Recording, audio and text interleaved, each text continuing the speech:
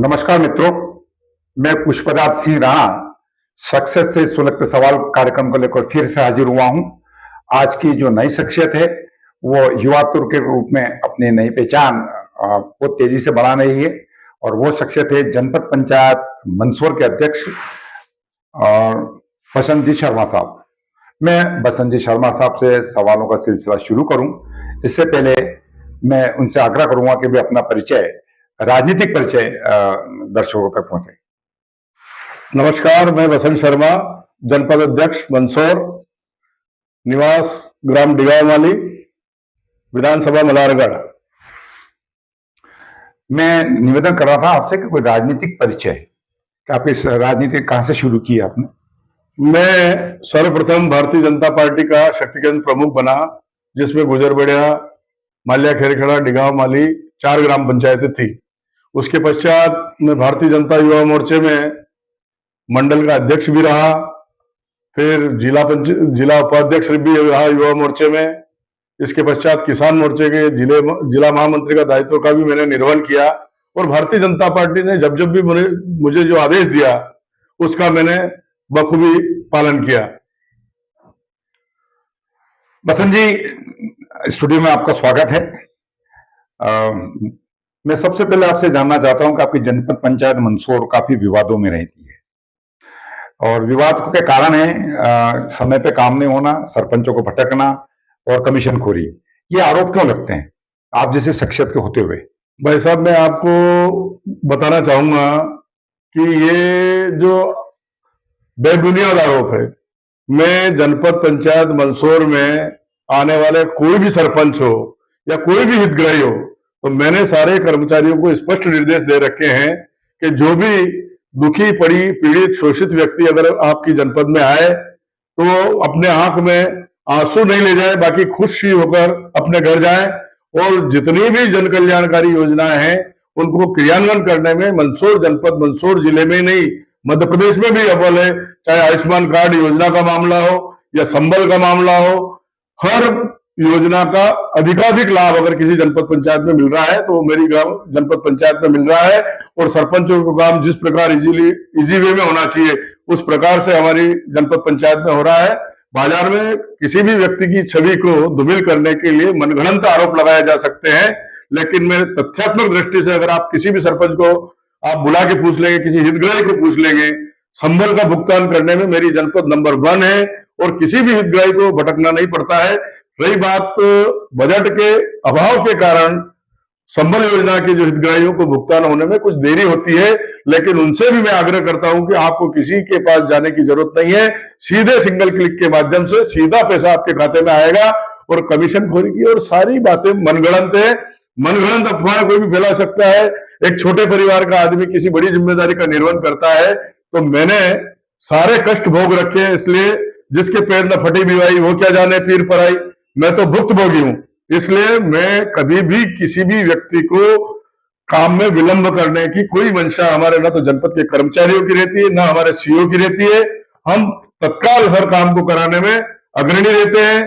प्रधानमंत्री जी ने एक बगिया मां के नाम जो अभियान किया उसमें भी हमारा जो जनपद है वो अव्वल है।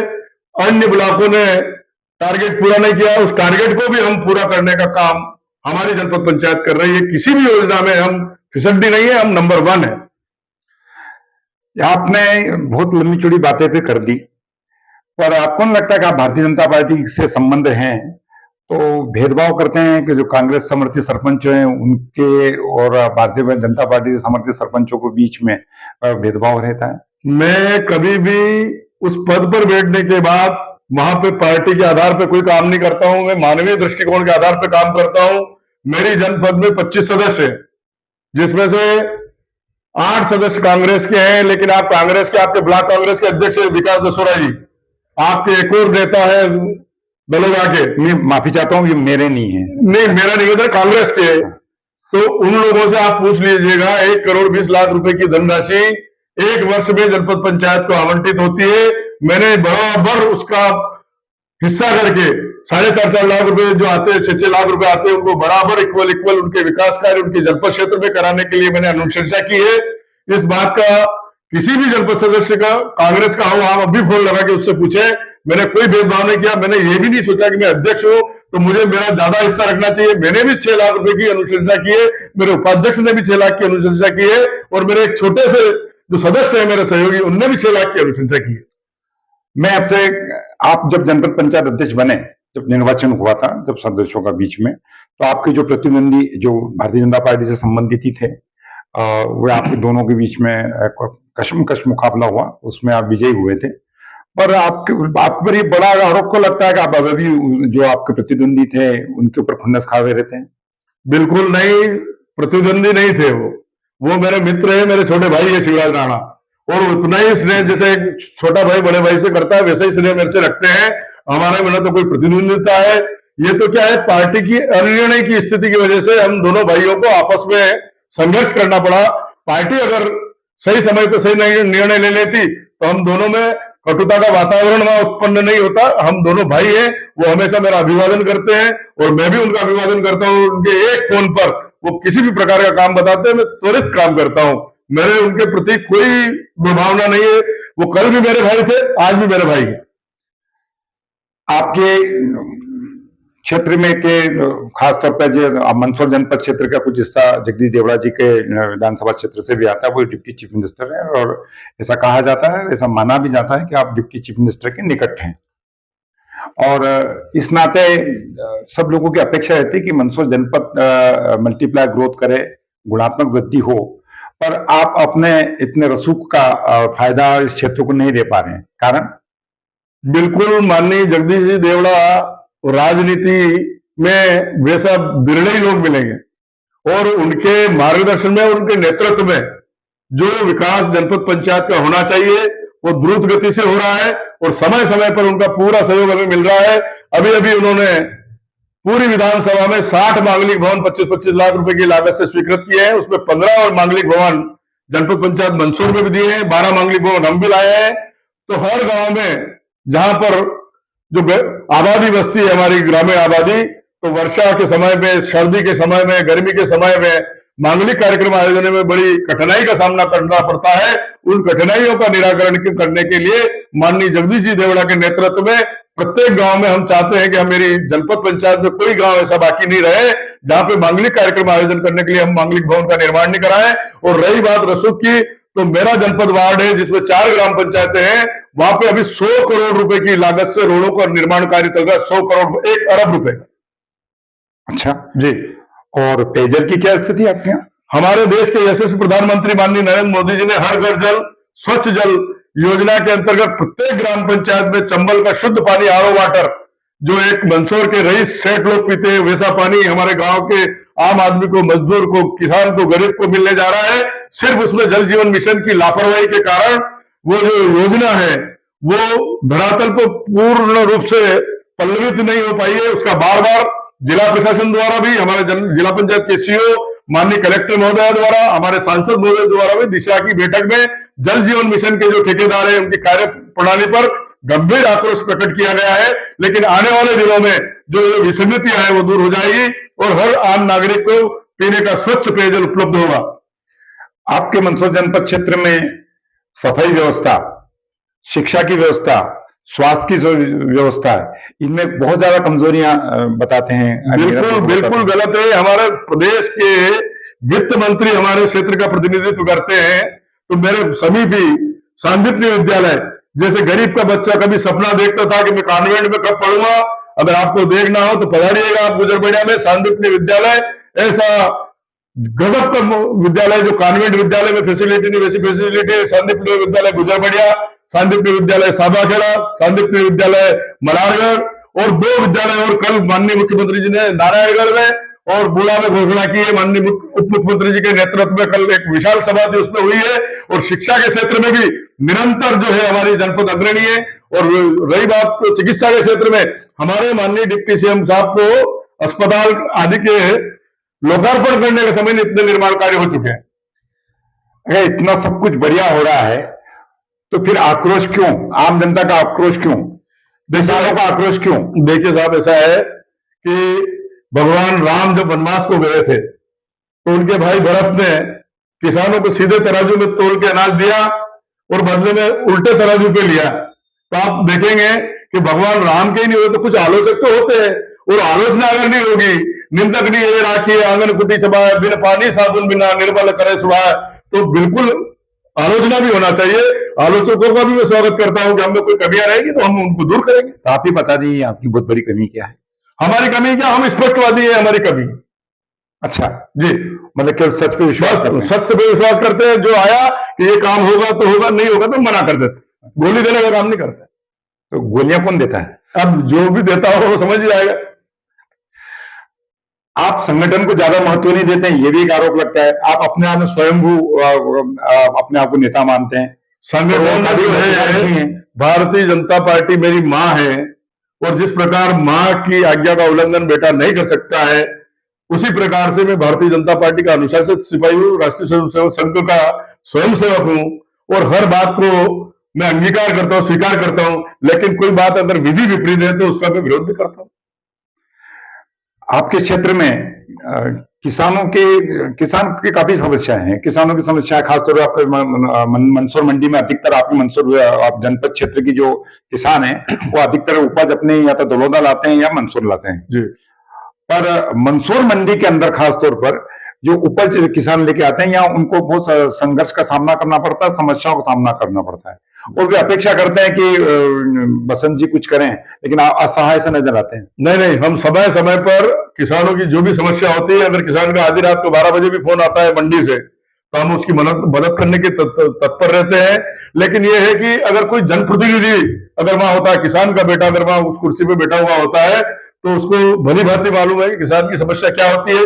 अब अधिकारी कर्मचारी है, किताबी ज्ञान वाले भी आते हैं, तो उनको धरातल का ज्ञान नहीं होता है। धरातल का ज्ञान नहीं होने के कारण कुछ समस्याएं पैदा होती है, लेकिन हमारे किसान नेता, हमारे माननीय बंशीलाल जी, हमारे सुधीर गुप्ता जी, हमारे माननीय देवड़ा जी, यशपाल जी, सब मिलकर जो भी समस्या होती है उसका तत्काल निराकरण करते हैं। नहीं, वो सब तो करते हैं, आपकी क्या भूमिका? हम भी उनके साथ खड़े रहते हैं, कंधे से कंधा मिला के। अच्छा जी, तो फिर आपके मंदसौर जनपद के किसान तो बड़े समृद्ध और खुशहाल होते हैं। बिल्कुल समृद्ध है, खुशहाल है, किसानों की बिल्कुल तरक्की हो रही है दिन रात। तो उन किसानों को अपने हाथ से बोरियों को पकड़ना पड़ती है, उन किसानों को क्या ठेलों को धक्का क्यों देना पड़ता है? और हमने अपनी राशि के लिए क्यों परेशान होना पड़ता है? हमने साइन बोर्ड लगा रखा है, कोई भी ठेला गाड़ी के धक्का नहीं लगा है, कोई भी बोरी के टेकी नहीं लगा है। लेकिन अब किसान अगर जल्दबाजी करके और अपना श्रम व्यर्थ करना चाहता है तो उसमें हम क्या कर सकते हैं? ये तो किसानों को समझ होना चाहिए कि भाई निर्देश है कि हम बोरी उठाने के, उसको धक्का देने के सारा पैसा किसान पेमेंट कर रहा है, तो उसको धक्का नहीं देना चाहिए। और मैं इस अवसर पर अनुरोध करूंगा किसान बंधुओं से कि वो अपने स्वाभिमान के साथ कृषि उपज लाए, और जो नियम है मंडी के, उन नियम को पालन करते हुए धक्का देने का और इन कामों से बचे। नहीं, आप शायद बहुत सब व्यस्त तो होंगे, तो इसलिए आप मंडी नहीं जा पा रहे होंगे। नहीं, मैं मंडी जाता हूँ हमेशा, और अगर जाते हैं तो आपने देखा होगा कि जल्दबाजी नहीं, हिमालयों की दादागिरी है। हिमालयों के एक संघ है और हिमालयों की दादागिरी आरोप लगता है, और अभी भी हिमालयों और व्यापारियों के बीच में आपने देखा हो 4 दिन तक मंडी बंद रही और मंडियों में भी विवाद रहे। वहां किसानों के साथ में न तो व्यापारी उसको सहयोग कर पाते हैं और न ही हिमालय उनका कर पाते हैं। हिमालय सभी हो सकता है, अपवाद हो सकते हैं कि किसानों का वो जल्दबाजी में करते हो, पर वहां अगर नहीं उठाते हैं या बोरियां अगर नहीं करते तो उनका ढेर नहीं खुलता टाइम पे, उनको पैसे नहीं मिलते हैं, उनको परेशान करते रहते हैं। तो किसान आके कर रहे थे कि 2 दिन 3 दिन इंतजार करने के बाद उसका नंबर आता है, और उसके बाद में भी वो टोल अगर सुबह से शाम तक का वो यहाँ बैठा रहे तो वो मजबूरी में करना पड़ता है। बस आप ये कह के थोड़ी तीसरी कर लेते किसानों की गलती है। नहीं, मेरा निवेदन है कि अभी जो पिछले दिनों एक घटना घटित हुई थी, तो उसका निराकरण भी हमारे जनप्रतिनिधि माननीय यशपाल जी ने, माननीय बंशीलाल जी ने, माननीय सुधीर गुप्ता जी ने ही बैठ के हल किया है। कहाँ हल हुए? तो टेम्परेरी है, 15 तारीख को फिर बैठक में होनी है। ये समस्या का पूरे निराकरण थोड़ी हुआ। हम इसका स्थायी निराकरण करना चाहते हैं। हमारे माननीय सांसद जी बंशीलाल जी और सब बैठे थे, और ये थैले के धक्का लगाने के लिए हमने वहां पे जो हिमाल बंधु है वो थैला गाड़ी चलाते हैं, उनको हम बैंकों के माध्यम से टेम्पो उपलब्ध करा रहे हैं, ताकि किसान को ये धक्का देने की समस्या से सदा सदा के लिए निजात मिल जाए। ये आगामी दिनों में हमने आवेदन भी आमंत्रित करवा लिए मंडी के माध्यम से, ताकि उन हिमाल बंधुओं को टेम्पो फाइनेंस हो जाएंगे और जो हमारी मिलेगी उससे उसकी किस्त पे करेंगे। आपको लगता है कि मंदसौर विधानसभा के 2 टुकड़े होने वाले हैं जनसंख्या को, और उसका नया परिसमन होगा, मंदसौर ग्रामीण विधानसभा नई बनने जा रही है? मैंने मीडिया के माध्यम से ऐसी जानकारी मिली है कि कोई नई विधानसभा बनने जा रही है। अच्छा, आपको बहुत सीधे हैं, आपको कोई जानकारी मीडिया से ही मिलती है? तो सर मेरा कहना है कि ये जो है भोपाल लेवल से है और सरकार का नीतिगत निर्णय है, तो नीतिगत निर्णय जब इम्प्लीमेंट होगा, जब देखा जाएगा। अभी तो मैंने अखबारों के माध्यम से सुना है कि धनौदा या सीतापुर ग्रामीण बनने जा रही है। आपकी क्या, अगर ऐसा होता है जी, तो आपकी महत्वाकांक्षा क्या रहेगी? अगर पार्टी मुझे आदेश देगी तो मैं भी चुनाव लड़ूंगा, और पार्टी अगर जिसको आदेश देगी उनको जिताने का काम करेंगे। आपके विधानसभा, आपके जनपद क्षेत्र में जिला पंचायत सदस्य की भूमिका बड़ी संदिग्ध सी नजर आती है, उनकी गतिविधियों को लेकर भी आरोप लगते हैं। क्योंकि आप एक ग्रामीण क्षेत्र से आते हैं और ग्रामीण क्षेत्र का प्रतिनिधित्व भी करते हैं, तो सीधे सीधे तो आप नहीं कह सकते कि जिला पंचायत सदस्य अलग क्षेत्र में होते हैं, लेकिन राजनीतिक तौर पर, खासतौर पर अगर भारतीय जनता पार्टी से समर्थित हैं और आप अगर प्रतिबद्ध रहे पार्टी के प्रति, तो उनकी कार्यप्रणाली को लेके क्या आपके जनपद क्षेत्र में आपको नुकसान नहीं उठाना पड़ता? हमें कोई नुकसान नहीं उठाना पड़ता है। हमारे नरेंद्र जी पाटीदार की पत्नी जिला पंचायत सदस्य है, उधर विजय मेहता जी जिला पंचायत सदस्य है, बंसत लाल मालवीय जी जिला पंचायत सदस्य है, इधर दीपक जी गुजर साहब हैं। सभी अपना अपना काम मुस्तैदी से कर रहे हैं। उनका फील्ड अलग है, हमारा फील्ड अलग है। उनको जो राशि मिलती है वो भी गांव के विकास के लिए देते हैं, और हम भी गांव के विकास के लिए प्रतिबद्ध है, और वो भी गांव के विकास के लिए प्रतिबद्ध है। हमारे टकराव की कोई स्थिति नहीं है। टकरावट की नहीं, जब ये इनकी कार्यप्रणाली पर को लेकर लोग, किसान या भारतीय जनता पार्टी का कार्यकर्ता भी आरोप लगाता है, तो क्या इसका प्रभाव मंदसौर जनपद क्षेत्र पे खासतौर पर आप पे पड़ता है? मैंने आज दिन तक जिला पंचायत सदस्य बड़े बेबाकी से अपना अपना काम कर रहे हैं। कोई किसी भी दल का हो, दीपक जी हैं तो वो भी किसानों की समस्याओं को बेबाक उठाते हैं। हमारे नरेंद्र पाटीदार जी है, वो अपनी पत्नी के प्रतिनिधि हैं, तो वो भी बिल्कुल 24 घंटे तत्पर रहते हैं। विजय मेहता जी भी, भगवान की कृपा है उनको, और हमारे बसंती लाल जी मालवीय भी 24 आवर्स मेरे जनपद क्षेत्र में जो भी जिला पंचायत सदस्य है पूरी मुस्तैदी के साथ जो कर्तव्य है उनका बिल्कुल पालन कर रहे हैं। आपके क्षेत्र में देखा कि खेलों के प्रति ज्यादा रुचि आपकी रही नहीं है, क्योंकि खेलों को विकास के लिए, खेल के मैदान को विकसित करने के लिए मांगलिक भवन तो अपना, चलो आपने बता दिया 12 आपने स्वीकृत करा लिए, 60 और बन रहे हैं जो भी है, लेकिन खेलों के लिए आपके जनपद क्षेत्र में खेल मैदानों की काफी कमी है। इस दिशा में कुछ है प्रयास? हमने हमारे प्रदेश के यशस्वी उप मुख्यमंत्री जी से मांग की है कि भाई हमें कुछ खेलों के लिए स्टेडियम आप उपलब्ध कराएं, तो इस दिशा में काम चल रहा है। बाकी रही बात, तो मनरेगा के माध्यम से खेल मैदान बने हुए हैं, और जिन ग्राम पंचायतों में हमसे अपेक्षा की जाती है कि भाई यहाँ पे रोलर भेज दो, ये व्यवस्था करा दो, तो हम बिल्कुल भेजते हैं। और बच्चे क्रिकेट खेलते हैं, कबड्डी के लिए भी मैट वगैरह भी उपलब्ध कराई गई है। और जो प्राचीन खेल है, अभी हमने सांसद खेल महोत्सव के माध्यम से प्रत्येक स्कूल में, प्रत्येक ग्राम पंचायत में सांसद खेल महोत्सव के माध्यम से कई विभिन्न प्रकार के खेलों का आयोजन किया है। मनरेगा से सीधा सीधा कुछ संबंध है क्या आपके मंदसौर जनपद क्षेत्र का, कि मनरेगा योजना से संबंधित पेमेंट कराने में आपके कोई अनुशंसा लगती हो? नहीं, मनरेगा योजना ये सेंट्रल की योजना है, तो इसमें ग्राम पंचायत अपनी जीपीडीपी बना लेती है, अपनी कार्य योजना बना लेती है, और वो पोर्टल पे दर्ज करा देती है।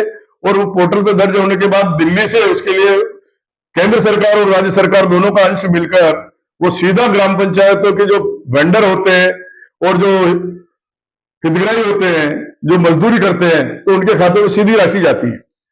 अभी कई बार आरोप लगते हैं कि काम ग्राम पंचायत के सरपंच है वो मशीनों से करा लेते हैं, और मनरेगा में उनका मजदूरों से, मजदूर के आईडी उनको दे देते हैं, पैसे वो ले लेते हैं, मशीनों से काम हो जाता है, और उनके खाते में जो पैसे आते हैं वो उनसे वो कमीशन खोरी करते हुए उनमें से कुछ पैसा वो अपना खुद ले लेते हैं और कुछ मजदूर को देते हैं। नहीं, मेरे संज्ञान में ऐसा कोई विषय नहीं आया है। सारे सरपंच और हमारे जनप्रतिनिधि गांव में खेत सड़क हो या कई प्रकार के काम हो, और जहां मशीनरी की जरूरत होती है वहां मशीनरी का यूज किया जाता है, लेकिन मजदूरों से राशि लेने का ऐसा हमारे यहाँ कुछ नहीं है। और इस योजना को भी हमारे माननीय प्रधानमंत्री जी ने जी राम जी योजना के नए फ्लेवर में लॉन्च कर दिया है। इससे किसानों की आमदनी और बढ़ेगी और किसान कल्याण के लिए भी कुछ योजनाएं उसमें समाहित की जाएगी। और मैंने हमारे जो देश के कृषि मंत्री माननीय शिवराज सिंह जी चौहान से भी, और हमारे सांसद माननीय सुधीर गुप्ता जी से, माननीय बंशीलाल जी गुजर से भी आग्रह किया है कि जी राम जी योजना में जो हमारे घोड़ा रोज की समस्या है किसानों की, तो उनको चेन लिंक फेंसिंग को भी इस जी राम जी योजना में समाहित की जाए, ताकि किसान अपनी फसलों की सुरक्षा के लिए वो चेन लिंक फेंसिंग उसमें प्रावधान हो। हर घर शौचालय, मंदसौर जनपद क्षेत्र के कई गांव ऐसे हैं जहां आज भी उनके गांवों में, उनके घरों में शौचालय नहीं है, और जिनके पास शौचालय है वो जर्जर स्थिति में है, उनको आधे अधूरे राशि दी जाती है, और उनका रखरखाव और मेंटेनेंस नहीं हो पाता उन व्यक्तियों से, और उस शौचालय के लिए भी जो राशि दी जाती है उसमें भी अनियमितता के आरोप लगे हैं। मैंने भी एक स्टोरी की थी मजेसरा की, तो वहां पे बहुत संपन्न व्यक्ति है, वहां के जो ठाकुर साहब है संपन्न व्यक्ति है, अब उनके यहाँ तो बरसों से हैं, लेकिन उन्हीं के यहाँ बता दिया कि शौचालय के लिए इन्होंने राशि ली, जबकि उनको तो पता ही नहीं। एक एग्जाम्पल दिया मैंने। तो आपके संज्ञान में कुछ ऐसे मामले आए हैं क्या? मेरे संज्ञान में ऐसा कोई मामला मेरे बैठने के बाद अगर कोई किसी प्रकार की दलाली भी कोई करते पाया गया तो मैं उसको जनपद में प्रवेश नहीं करने देता हूं, और सीधा हितग्राही के खाते में भुगतान होता है। और हितग्राही अगर किसी को निकाल के दे दे तो उसके लिए जनपद पंचायत बाध्य नहीं है, क्योंकि हम तो सीधे हितग्राही के खाते में डालते हैं। हितग्राही में तो शौचालय बना ही नहीं जी, शौचालय बना ही नहीं, और मिली भगत से गए वो शौचालय उनके नहीं बना, मिली भगत से उसके खाते में पैसे चले जाते हैं। मेरा कहना है सचिव वो पैसे ले लेता है, आधे पैसे मेरे। ये आरोप निराधार है, क्योंकि हमारा पहले जो स्वच्छ भारत मिशन का व्यक्ति वहां जाके जियो टैग करता है, जियो टैग करने के बाद हमारा इंजीनियर उसका भौतिक सत्यापन करता है, उसका वैल्यूएशन करता है, उसके बाद हम धनराशि अंतरित करते हैं। देखिए बसंत जी, आप ही की, हालांकि आपके कार्यकाल का विषय नहीं है, लेकिन आपने जो इस बात को इनकार किया, एक छोटा सा उदाहरण मैं आपको दे दूं कि प्याज के शेड के लिए 12 प्याज के शेड थे जी, जो स्वीकृत हुए थे कि वे किसानों को अपने क्षेत्र में शेड लगाने हैं। उस 12 में से एक भी शेड नहीं बना, और उसका भौतिक सत्यापन भी हो गया, और संबंधितों के खाते में पैसे राशि भी चली गई। तो ये सत्यापन होना और जी टैग लगाना और ये सब चीजें तो औपचारिकता रहती है, तो केवल इसको कह के सब ऐसा हो जाएगा तो नहीं हो पाएगा। मैं आपकी बात से इसका इनकार करता हूं। पर राणा जी, ये आप मुझे भी भली भांति जानते हो कि मैं तो जिस दूध में मक्खी गिर जाए वो दूध पीने का आदी नहीं हूं, और न मेरे कार्यकाल में इस प्रकार का कोई काम हुआ है। अगर किसी ने किया है तो परमात्मा को वहां न्याय होगा। बसंत जी, वर्तमान में संगठनात्मक स्थिति है, पिछड़ा वर्ग मोर्चा भी बनना है, युवा मोर्चा भी बनना है। आप भी एक युवा व्यक्ति हैं, युवा तरुणाइयों को आगे बढ़ाने के लोग अपेक्षा भी करते हैं कि बसंत जी कुछ मदद कर पाएंगे। तो आपके संगठन में आपने अपने जिनकी अपेक्षा है भारतीय जनता पार्टी कार्यकर्ताओं की, क्या उनकी मदद कैसे कर पाएंगे कि वो संगठन में ज्यादा अपना दायित्व मिल सके उन्हें? देखिए, आप भली भांति जानते हैं कि भारतीय जनता पार्टी एकमात्र ऐसी पार्टी है कि आपने कल्पना भी नहीं की होगी कि भारतीय जनता पार्टी जो विश्व की सबसे बड़ी पार्टी है, माननीय नितिन नवीन जी जो भारतीय जनता पार्टी के राष्ट्रीय अध्यक्ष बने हैं, इससे पहले कभी आपने नाम सुना था उनका? नहीं। तो पार्टी परफॉर्मेंस के आधार पर अगर दूरस्थ अंचल में भी कोई ऊर्जावान युवा होगा और ये भारतीय जनता युवा मोर्चे की बागडोर संभाल पाएगा, और जो पिछड़ा वर्ग में अच्छा काम करने वाला व्यक्ति होगा उसको पिछड़ा वर्ग का दायित्व मिलेगा, और जो युवाओं में ऊर्जा और जोश का संचार करेगा ऐसे युवा को युवा मोर्चे के जिलाध्यक्ष पद का दायित्व मिलेगा। हमारे इसमें किसी भी प्रकार की किसी की अनुशंसा या टेका नहीं रखता है। भारतीय जनता पार्टी बिल्कुल सभी तरह से सभी पैमानों पे कसौटी पे खरा उतरने पर सीधे, भले पार्टी आर्थिक आधार नहीं देखती है, पार्टी व्यक्ति का परफॉर्मेंस देखती है, और परफॉर्मेंस के आधार पर जो व्यक्ति योग्य होगा उसको उसका दायित्व मिलेगा और उस दायित्व का वो निर्वहन करेगा। बसंत जी, एक व्यक्तिगत आरोप भी आपके हैं, मैं पूछ ही लेता हूं आपसे कि आप बहुत अति साधारण परिवार से आए। आप कई बार अपनी सभाओं में भी कहते हैं, कई बार पत्रकारों के बीच में भी आए कि मैं बहुत साधारण परिवार से आया, मैंने बहुत संघर्ष किया, है ना। ऐसा आपने क्या जादू कर दिया कि आप बिल्कुल साधारण से, जो आप कह रहे थे कई घर का खर्च चलाना भी मुश्किल होता था, अब आप बहुत समृद्धता आपके बीच में आ गई और बहुत वीआईपी कल्चर में भी आप आ गए और लोग आपको करोड़पति कहने लगे। देखिए, मेरी बात सुनिए कि जिसके पिता के माँ बाप अगर बचपन में गुजर जाते हैं तो उस घर की स्थिति आप ही जानते हैं। तो मेरे पिताजी का बाल्यकाल जो है, जिस प्रकार अनाथ बच्चे का बाल्यकाल होता है उस प्रकार उन्होंने अपना जीवन जिया, पूरी ईमानदारी निष्ठा से हमको बचपन में बड़ा किया। लेकिन मैं एक बात दावे के साथ कह सकता हूं कि आदमी अगर लगन और मेहनत से परिश्रम करे तो आप देखिए ना, मुकेश अंबानी जी और ये क्या कोई अरबपति थोड़ी पैदा हुए थे, लेकिन संघर्ष ही जीवन का मूल मंत्र है, और रात दिन प्रयास करने से आदमी अर्श से शीर्ष पर पहुंच सकता है। और इसका जीता जागता उदाहरण मैं हूं। मैंने 1 रुपए रोज में भी मेरे नाना के यहाँ पे पाणत करने के लिए रात रात भर कंडेल उठाया। मैंने वन विभाग में मंदसौर से लेकर सीतामऊ तक पौधे पिलाने का गर्मियों के दिनों में काम किया। मैंने पीडब्ल्यूडी में गैंगमैन का काम भी किया। मेरी उस जो मैंने समर्पण किया, मैंने रात दिन परिश्रम किया, उसकी कोई वीडियोग्राफ भी मेरे पास नहीं कि मैं आपके सामने प्रस्तुत कर दूं, लेकिन निरंतर परिश्रम करने से और भाग्य भी साथ देता है तो आदमी ऊंचाइयों को छूता है। और रही बात, तो आप कह रहे हैं कि आप ऐसी जीवन शैली, मेरी जीवन शैली आज भी साधारण है, लेकिन कोई व्यक्ति क्या अगर देश का प्रधानमंत्री मुकेश अंबानी बन सकता है क्या? पैसा होने से कोई जनप्रतिनिधि बन सकता है क्या?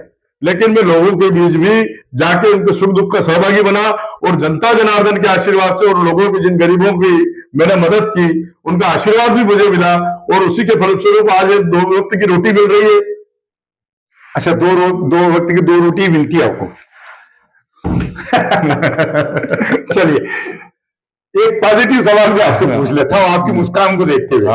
आपका एक बड़ा सा अच्छा सा प्रोजेक्ट में है जो जिसमें आप ग्रीनरी एक वन बना रहे हैं आप पर्यावरण को लेकर। मैंने हमारे प्रदेश के यशस्वी पंचायत एवं ग्रामीण विकास मंत्री माननीय प्रहलाद सिंह जी पटेल जब प्रवास में यहाँ पधारे थे तो तुम्बड़ नदी के उद्गम स्थल पर उनका आना हुआ था और वहां पर हमने ग्राम पंचायत निपानिया की सरपंच का भी मैं धन्यवाद देता हूं इस अवसर पर कि वहां के पूरे ग्रामवासियों ने मिलकर 1300 पौधे उस उद्गम स्थल पर लगाए हैं। माननीय प्रहलाद जी पटेल का कहना है कि जहां नदियों का संगम होता है, चाहे स्त्री पुरुष का संगम होता है, चाहे घने वृक्षों का संगम होता है, तो वहां कई प्रकार की ऊर्जाओं का आभास होता है। तो हमने तुम्बड़ नदी के उद्गम स्थल पर 1300 पौधे लगाने का काम किया है और हमारे प्रदेश के उप मुख्यमंत्री माननीय जगदीश जी देवड़ा ने जो हमारे बलागढ़ विधानसभा और विशेषकर मंदसौर जनपद में जो रोडों का जाल बिछाया है, तो हम क्या है उनका अभिनंदन कभी साफे के आधार पर करते हैं, कभी पुष्पमाला पहना के करते हैं, कभी पुष्प गुच्छ देके करते हैं। तो मैंने उनके सम्मान में एक जगदीश वाटिका का निर्माण भी जो हमारे चौखड़ी वाला जी है बड़वन, धमनार, गुलियाना, निपानिया के बीच में 650 फलदार पौधे लगाकर उनके नाम से जगदीश वाटिका का एक उपवन बनाया है। उसका लोकार्पण भी माननीय डिप्टी सीएम साहब के हाथों से करूंगा। लेकिन क्या है कि तो 13 वैभव अमर रहे मां हम दिन 4 रहे न रहे, तो वो सदा सदा के लिए उनकी यश कीर्ति हमेशा बनी रहे, इसके लिए मैंने जनपद पंचायत के माध्यम से एक जगदीश वाटिका का भी निर्माण किया है और तुम्बड़ नदी के उद्गम स्थल पर 1300 पौधे लगाए हैं। आप मीडिया को 24 आवर्स किसी भी समय ले जाकर वहां देख सकते हैं 1300 ही पौधे जीवित हैं। और एक और उद्गम स्थल जो गांव पलासिया में है, वहां पे भी हमने जो सोमली नदी का उद्गम स्थल है, वहां पर भी पौधे लगाने के लिए 5 बीघा जमीन हमने मुक्त करा ली है। वहां पे पुलियाओं का निर्माण कर दिया है और वहां पे आने वाले दिनों में जो 20 बीघा जमीन जिस पर अतिक्रमण है, किसानों की फसलें खड़ी हुई है, उनसे हमने प्रार्थना की है कि वो फसल ले लें और उसको मुक्त कर दें। तो हम उस शिवना नदी के उद्गम स्थल पर भी पौधारोपण करके जो नदी का पुराना स्वरूप है उसको पूरा हम यथावत करने का प्रयास करेंगे। ये हमारे प्रेरणा स्रोत तो इसमें माननीय प्रहलाद सिंह जी पटेल है, मैं उनको धन्यवाद ज्ञापित करता हूं और उन्हीं की पुस्तक की प्रेरणा से मेरा बेटा आज नर्मदा परिक्रमा कर रहा है। बहुत अच्छी बात है। बहुत बहुत धन्यवाद बसंत जी, आप हमारे स्टूडियो में पधारे। आपका बहुत बहुत धन्यवाद कि एक छोटे से आदमी को आपने आपके इस चैनल में मुझे मुखातिब होने का अवसर दिया। तो नमस्कार मित्रों, मैं अब आपसे विदा लेता हूं, फिर अगले सप्ताह फिर मिलेंगे नई शख्सियत के साथ। बहुत बहुत धन्यवाद।